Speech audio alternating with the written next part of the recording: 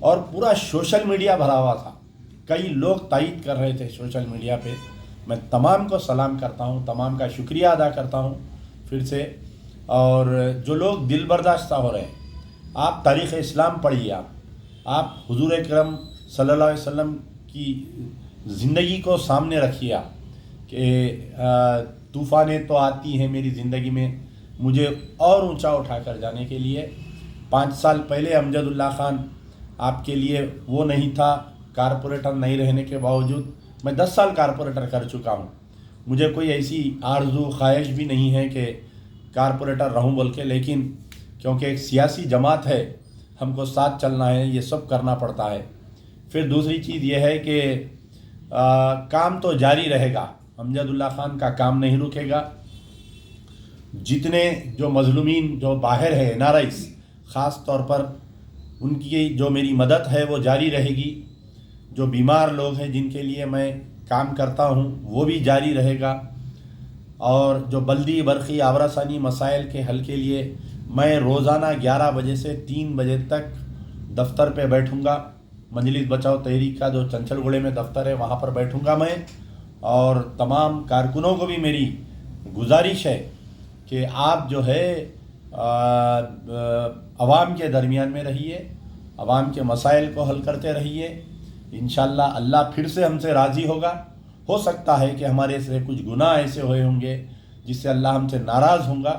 اللہ کے دربار میں رجوع ہو، نماز پڑھو، نماز کی پابندی کرو۔ میری تمام تحریک کے چاہنے والوں کو، کارکنوں کو میری گزارش ہے کہ اللہ کو راضی کرو۔ ایک کارپوریٹر جیتنا، MLA الیکشن دیکھتے دیکھتے پھر 2023 آنے والا ہے، اس کی تیاری کریے اسمبلی الیکشن کی۔ انشاءاللہ جم کے لڑیں گے ہم انشاءاللہ تلنگانہ میں، اسمبلی الیکشن بھی لڑیں گے، آنے والے پارلیمنٹ الیکشن بھی لڑیں گے، کوئی دل برداشتہ ہونے والے نہیں ہیں ہم۔ اب رہی بات جو بڑے فکر کی بات ہے کہ بڑے سوچ، اور جیسا ہی رزلٹس دیکھ رہا تھا میں کہ اچانک سے BJP کو 48 سیٹ آ گئے، تو پہلے تو دبکا میں ہار ہوئی تو لوگ بولے کہ بھائی ہریش راؤ کی وجہ سے ہارے۔ تو آج میرا سوال ہے ان TRS کے لیڈر سے کہ 100 سیٹ سے اچانک TRS جو ہے 55 سیٹ کیسے آ گئی؟ تو کیا یہ KTR کا لیڈرشپ فیلئر ہے؟ کیا KCR صاحب کی لیڈرشپ فیلئر ہے؟ کیا کویتا کی لیڈرشپ؟ کویتا میڈم جہاں پر انچارج تھے مشیر آباد میں، سارے کے سارے BJP جیت گئی۔ تو آپ کو معلوم ہونا چاہیے کہ میں نے اپنی تقریر میں بارہا یہ کہہ رہا تھا کہ اللہ تعالیٰ جب کسی کو تباہی کے راستے پر بھیجاتا ہے، لے جانا چاہتا ہے، تو اس کی اولاد نہیں کھینچتا، اس کی شہرت نہیں لیتا، اس کی دولت نہیں، بلکہ اس کی عقل پہ پردہ ڈال دیتا ہے۔ تو ہمارے KCR صاحب کے عقل پہ اللہ نے پردہ ڈال دیا، جو 2 عبادت گاہوں کو سیکریٹریٹ میں انہوں توڑے تھے، یعنی ایک خانہ مسجد آپ کے کوتا گوڑم کی مسجد، عاشور خانہ نارائن پیٹ کا عاشور خانہ، اور 2 مسجدوں کو جو KCR صاحب اپنے آپ کو انچیلنج کنگ مان رہے تھے، انچیلنج کنگ بنا لیے تھے کہ کوئی ان کو سوال نہیں کر سکتا۔ تو میں بارہا اپنی تقریر میں کہتا تھا کہ تم راج شیکھر ریڈی کی زندگی کو دیکھو، ہیلی کاپٹر اڑنے سے 6 منٹ پہلے راج شیکھر ریڈی کس قدر تن کر چل رہا تھا، تو عقل پہ پردہ ڈال دیے، راتیں رات الیکشن کروائے، اور خود بے عزتی ہو گئی ان کی کہ 100 سیٹ کے بجائے 55 سیٹ آ گئے۔ یقیناً میئر ان کا بنیں گا، ڈپٹی میئر ان کا بنیں گا، ان کو نہ مجلس کی ضرورت ہے TRS کو، نہ BJP کی ضرورت ہے، کیونکہ کئی لوگ یہ بحث کر رہے ہیں کہ پھر سے مجلس کو میئر ملے گا، ڈپٹی میئر ملے گا، کچھ ملنے والا نہیں ہے ان کو۔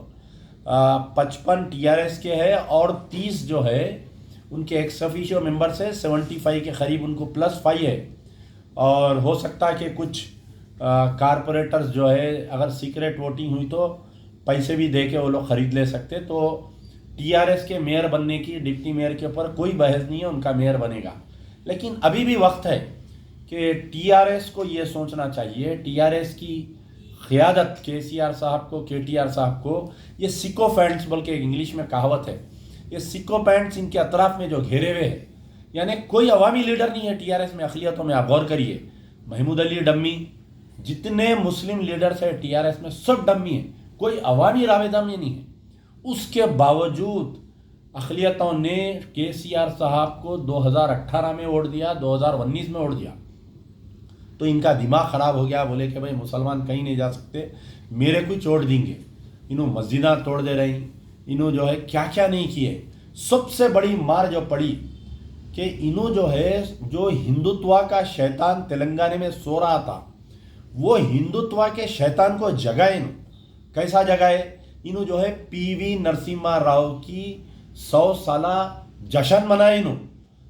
یعنی کوئی ایک آدمی جا کے پی وی نرسمہا راؤ کو یہ نہیں بولا کہ ارے صاحب آپ پی وی نرسمہا راؤ کے مردے کو خبر سے نکال کے آپ اس کو زندہ کر رہے ہیں، 100 کروڑ روپے خرچہ کر رہے ہیں اس کے اوپر.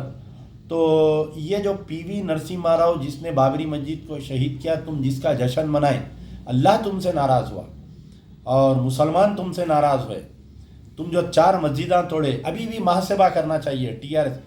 آپ either you are with the good or you are with the bad. ایک ہاتھ سے آپ ایک ساتھ 2 جنوں کو لے کر نہیں چل سکتے. آپ اقلیتوں کے ساتھ تھے، اقلیتیں آپ کے ساتھ تھے. حالانکہ 5 سال میں جو ہے ٹی آر ایس کے دور میں انکاؤنٹرز ہوئے، کئی واقعات پیش آئے، اس کے باوجود مسلمان آپ پر بھروسہ کر کے 2018 اور 2019 میں آپ کو ووٹ دیے. لیکن ٹی آر ایس جو ہے جو ان کا رویہ ہو گیا تھا، کے سی آر صاحب کسی سے نہیں مل رہے، 6 مہینے آپ کوئی ایم ایل اے جا کے ان سے نہیں مل سکتا، منسٹر جا کے کوئی نہیں مل سکتا، سیکریٹریٹ توڑ دیے، عوام جا کے کوئی سی ایم سے نہیں مل سکتی.